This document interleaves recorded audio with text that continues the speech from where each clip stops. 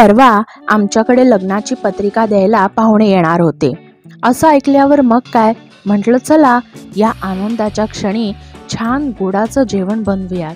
पण काही फायदा नाही, कारण यायच्या आधीच त्यांनी अट घातली होती की काही खाणं पिणं नको, फक्त साखर हाती ठेवा।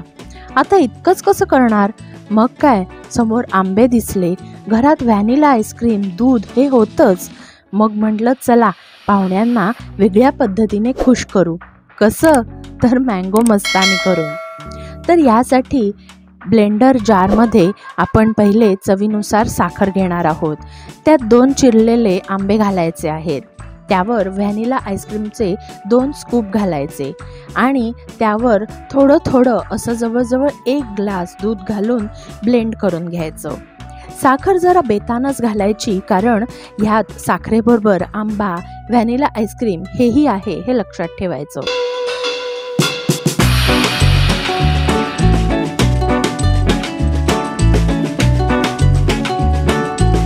पुढे जाण्याच्या आधी तुम्ही आपल्या चॅनल मसालेदार कॅफे बाय पायलला अजून सबस्क्राईब केलं नसेल तर नक्की सबस्क्राईब करा, मित्रमैत्रिणी नातेवाईक यांच्याबरोबर शेअर करा आणि कमेंटमध्ये मला नक्की लिहून सांगा की तुम्हाला आपले व्हिडिओज कसे वाटतात ते।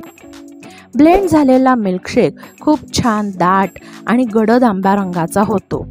झाले, आता काय या सगळ्यांना एका ग्लासात असेंबल करायचे। त्यासाठी एक ग्लास घ्यायचा। सुरुवातीला 2 ते 3 चमचे आंब्याचे तुकडे घालायचे। त्यावर बदाम व पिस्ता हे बारीक चिरून घालायचं। त्यानंतर त्यावर अर्धा ग्लास इतका आंबा मिल्कशेक घालायचा। परत त्यावर आंब्याचे तुकडे घालायचे।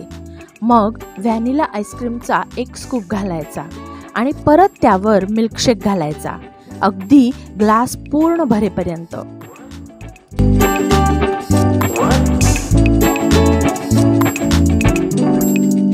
त्यानंतर शेवटी त्यावर व्हॅनिला आईस्क्रीमचा स्कूप घालायचा। बदाम व पिस्ता बारीक चिरून घालायचे। थोडी टूटी फ्रुटी आणि हवी असली तरी चेरी, काजू असे सर्व ड्रायफ्रूट्स आपण ह्याच्यात वापरू शकतो आणि त्याला सजवायचं। बस, आपली मँगो मस्तानी तयार। उन्हाळ्याच्या दिवसात आता लांब बाहेर जाऊन मस्तानी खायची गरज नाही, कारण आपण ती घरातच बनवणार आहोत, आपल्याला हवी तेव्हा आणि हवी तशी। तर अशी ही मँगो मस्तानी तुम्ही घरी नक्की करून बघा। मित्रमैत्रिणी नातेवाईक यांच्याबरोबर आपले व्हिडिओ शेअर करा। कमेंटमध्ये मला नक्की सांगा की तुम्हाला आपले व्हिडिओज कसे वाटतात ते।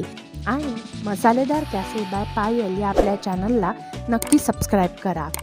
चला तर मग आपण भेटूया पुढच्या व्हिडिओमध्ये। तोवर असंच घरचं खा आणि स्वस्त रहा।